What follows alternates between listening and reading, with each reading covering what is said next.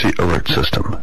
This system was developed by broadcast and cable operators in voluntary cooperation with the Federal Emergency Management Agency, the Federal Communications Commission, and local authorities to keep you informed in the event of an emergency. If this had been an actual emergency, an official message would have followed the tone alert you heard at the start of this message.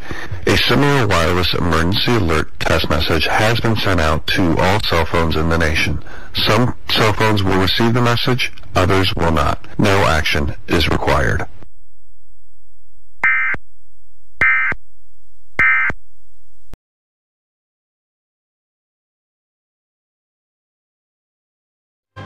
See Super Y and the Super Readers. With my magnifying glass, I can find Peter Rabbit. Use their powers to save the day. Thanks.